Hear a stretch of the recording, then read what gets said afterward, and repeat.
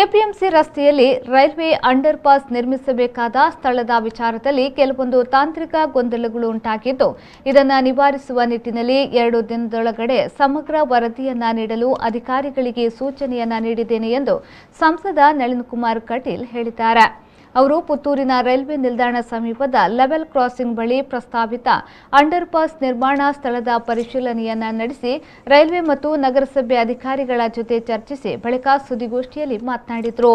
ಈಗಿರುವ ಎಪಿಎಂಸಿ ರಸ್ತೆಯಲ್ಲಿ level crossing ಹಾದು ಹೋಗಿದ್ದು, ಅದೇ ಜಾಗದಲ್ಲಿ ಅಂಡರ್ ಪಾಸ್ ನಿರ್ಮಿಸಬೇಕೆಂಬುದು ನಮ್ಮ ಅಭಿಲಾಷೆಯಾಗಿದೆ. ನಾನು ಸೇರಿದಂತೆ ಸ್ಥಳೀಯ ಶಾಸಕ ಸಂಜೀವ ಮಠಂದೂರು ಮತ್ತು ದಿನೇಶ್ ಮೆದು ಅಧ್ಯಕ್ಷತೆಯಲ್ಲಿ ಎಪಿಎಂಸಿ ಆಡಳಿತ ಕೂಡ ಇದೇ ಅಭಿಪ್ರಾಯವನ್ನ ಹೊಂದಿದೆ. ಸಾರ್ವಜನಿಕ ವಲಯದಲ್ಲೂ ಇದೇ ಅನಿಸಿಕೆ ಇದೆ. ಇರುವ ರಸ್ತೆಯಲ್ಲಿ ಅಂಡರ್ ಪಾಸ್ ನಿರ್ಮಾಣಗೊಂಡ್ರೆ ಉತ್ತಮ ಎಂಬುದು ಇಲ್ಲಿನವರ ಅಭಿಪ್ರಾಯ. ಆದರೆ ರೈಲ್ವೆ ಅಧಿಕಾರಿಗಳು ಸಿದ್ಧಪಡಿಸಿದ ವಿನ್ಯಾಸದಲ್ಲಿ ಕೆಲವೊಂದು ಮಾರ್ಪಾಡು ಮಾಡಲಾಗಿದೆ. ಹಾಲಿ ಸ್ಥಳದಲ್ಲಿ ಮಣ್ಣು ಸಡಿಲವಿದೆ. ಲೆವೆಲ್ ಕ್ರಾಸಿಂಗ್ನಲ್ಲಿ 3 ಹಳಿಗಳು ಹಾದು ಹೋಗಿರುವ ಕಾರಣ ಅದರ ಅಡಿಯಲ್ಲಿ ಅಂಡರ್ ಪಾಸ್ ನಿರ್ಮಿಸಿ ಗಾರ್ಡರ್ ಅಳವಡಿಸುವುದು ಕಷ್ಟ ಎಂಬುದು ಅವರ ಅಭಿಪ್ರಾಯ. ಅದಕ್ಕಾಗಿ ಹಳಿಯ ಪಕ್ಕದಲ್ಲಿ ರಸ್ತೆಯನ್ನ ಪೂರ್ವ ದಿಕ್ಕಿಗೆ ಕೊಂಡೊಯ್ದು 2 ಹಳಿ ಮಾತ್ರ ಇರುವಲ್ಲಿ 200 ಮೀಟರ್ ದೂರದಲ್ಲಿ ಅಂಡರ್ ಪಾಸ್ ನಿರ್ಮಿಸಿ ಅಲ್ಲಿಂದ ಮತ್ತೆ ಮುಖ್ಯ ರಸ್ತೆಗೆ ಸಂಪರ್ಕ ಕಲ್ಪಿಸುವಂತೆ ನಕಾಶೆಯನ್ನ ತಯಾರಿಸಿದ್ದಾರೆ. ಇದು ಹಾಲಿ ರಸ್ತೆಗಿಂತ ಕೊಂಚ ಸುತ್ತು ಬಳಸುವ ಹಾದಿಯಾಗಿದೆ.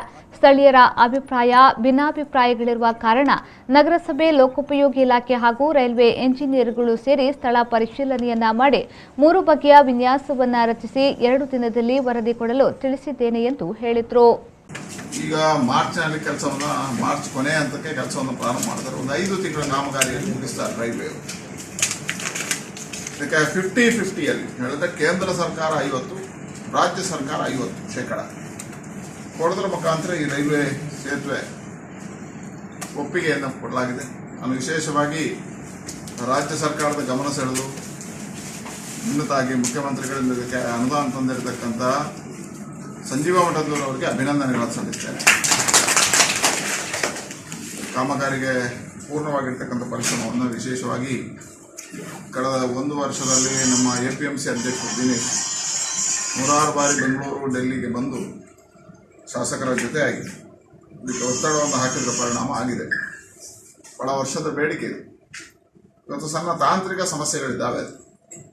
ಒಂದು ಈಗಿರುವ ಸೇತುವೆಯಲ್ಲೇ ಮಾಡಬೇಕು ಅಂತ ಹೇಳುವಂಥದ್ದು ಎಲ್ಲರದ್ದು ಅಭಿಪ್ರಾಯ. ಆದರೆ ಅಲ್ಲಿ ಬಂದಿರತಕ್ಕಂಥ ತಜ್ಞರ ಅಭಿಪ್ರಾಯ ಪ್ರಕಾರ ಅಲ್ಲಿ ಸ್ವಲ್ಪ